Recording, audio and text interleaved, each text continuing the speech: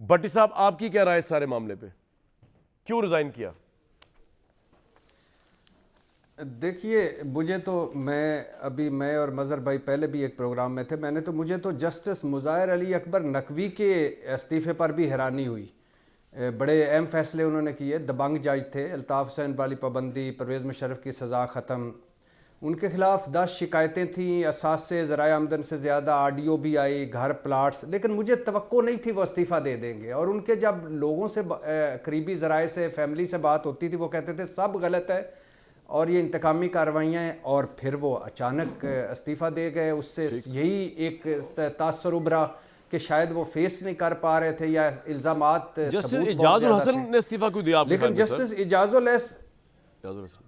Justice اعجاز الحسن کا صاحب کا تو حیرت انگیز ہے، حیران کن ہے. جیسے آپ نے کہا ہے کہ وہ اب 10 مہینے بعد وہ چیف جسٹس بننا تھا انہوں نے.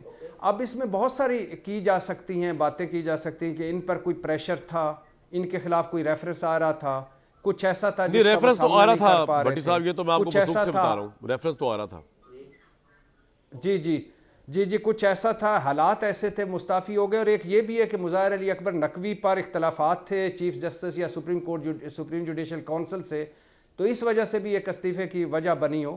لیکن یہاں میں یہ ضرور کہنا چاہوں گا کہ اگر مظاہر علی اکبر نقوی صاحب نے صرف اس وجہ سے استعفیٰ دیا ہے کہ وہ بحیثیت جج نہیں سامنا کر پا رہے تھے، اور اعجاز الحسن صاحب نے اس وجہ سے استعفیٰ دیا ہے کہ وہ بحیثیت جج سامنا نہیں کرنا چاہ رہے تھے، تو ان کی تحقیقات ہونی چاہیے، رکنی نہیں چاہیے. یہ استعفے سے بات ختم نہیں ہونی چاہیے.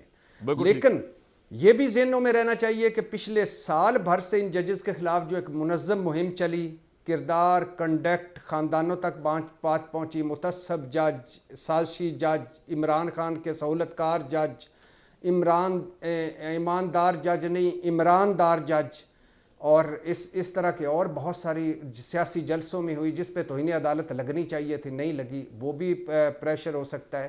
اور اگر ہم اس کو، یہ ان کے فیصلے ہیں، اس میں ظاہر ہے آج تو پیناما لیکس سے جرم ہو گیا ہے.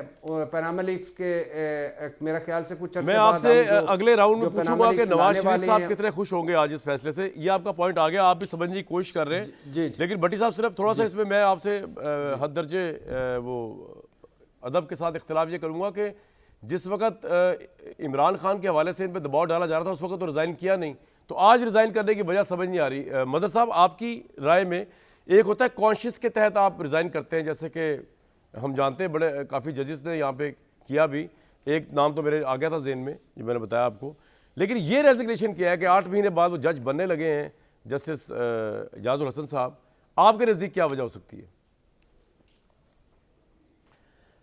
شکریہ کامران. دیکھیے جیسے آپ نے مثال دی جسٹس زوراب پٹیل کی، جسٹس زوراب پٹیل یا جسٹس فخر الدین جی ابراہیم، یہ وہ لوگ تھے جن پہ پریشر یہ تھا کہ آپ پی سی او کے تحت حلف لے لیں، اور انہوں نے انکار کر دیا. اور زوراب پٹیل صاحب تو اس وقت سینئر موسٹ جج تھے، انہیں چیف جسٹس ان کے خلاف کبھی بھی ان کے یا فخر الدین جی ابراہیم ایون اس کے بعد بھی کبھی بھی ان پہ ایک آواز بھی نہیں اٹھائی گئی کسی طرح کی. اور زوراب پٹیل وہ جج تھے جنہوں نے سپریم کورٹ میں بھٹو کی پھانسی میں ان 3 ججز میں شامل تھے جنہوں نے ڈسنٹ کیا تھا، اس سے اختلاف کیا تھا.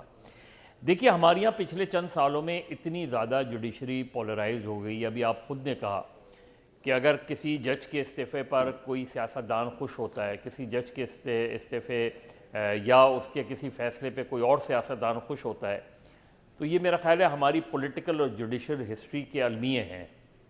اور جوڈیشری کو ڈیفینیٹلی جہاں اور بہت سی باتیں ہیں اس چیز کو ضرور دیکھنا چاہیے کہ they should not be blamed for politicization اور پولرائزیشن. یہ جوڈیشری کے لیے بہت بڑا ٹیسٹ. لیکن مظہر صاحب جس وقت یہ سارا کچھ ہو رہا تھا، مظہر صاحب میں آپ کی توجہ دلانا چاہتا ہوں، جس وقت عمران خان ابھی جیل نہیں گئے تھے، ایک نون لیگ نے برپا کیا ہوا تھا کہ جی عمران دار جج ہیں یا عمران ڈو جج ہیں، پتہ نہیں کون سے جج ہیں. دوسری طرف بندیال صاحب کے خلاف بھی پاکستان تحریک انصاف جس دن وہ کورٹ کھلا اس دن ہوئی ہوئی تھی. اس وقت تو ان ججز نے ریزائن نہیں کیا جب بڑا پریشر کا دور تھا. اس وقت اگر ایک تو میں نے ریزن بتایا کہ شاید ان کے خلاف کوئی ریفرنس آنے لگا تھا، اور کیا وجہ ہو سکتی ہے اگر یہ وجہ نہیں ہے اعجاز الحسن صاحب کی؟ دیکھیں کامران، یہ جو عمران دار یا فار دیٹ میٹر فائز عیسیٰ کے خلاف جس طرح کی کیمپین رہی، یہ ساری چیزیں تو چلیں سوشل میڈیا پہ رہتی ہے نا. لیکن اگر ریفرنس ہے آپ کے خلاف اور آپ ریفرنس کی وجہ سے ریزائن کر رہے ہیں اور کھڑے نہیں ہو پا رہے اپنے اس پوزیشنز پہ، یا آپ کو آپ کے سامنے کچھ شواہد ایسے رکھ دیے گئے ہیں ریفرنس بھیجنے سے پہلے جس میں آپ کو نظر آئے کہ کہیں نہ کہیں آپ پھنس رہے ہیں، تو اور سامنے جو سپریم جوڈیشل کونسل ہے وہ بالکل مختلف انداز میں چیزوں کو دیکھنے والی سپریم جوڈیشل کونسل ہے، تو میرا خیال ہے اس پہ فائٹ آؤٹ کرنا چاہیے تھا اگر وہ سمجھتے تھے کہ یہ ان کے خلاف سارے الزامات جو ہے وہ بالکل غلط ہیں، بے بنیاد ہیں، تو کھڑے ہوتے۔ اگر آپ نے استعفیٰ دے دیا، چلے استعفیٰ دے کے چلے گئے نا، اب بتائیں نا کھل کر کہ کیا چیزیں تھیں۔ اسی طریقے سے ان کے خلاف جو الزامات تھے ان کی پوری تحقیقات ہونی چاہیے، بالکل ہونی چاہیے، صاحب کے خلاف، بلکہ ایون مظاہر علی نقوی صاحب کی کارروائی تو نہیں رک رہی، ان کے استعفے کے باوجود کارروائی نہیں رک رہی، چیف جسٹس کہہ رہے ہیں کہ جی اس پہ تو کارروائی ہوگی۔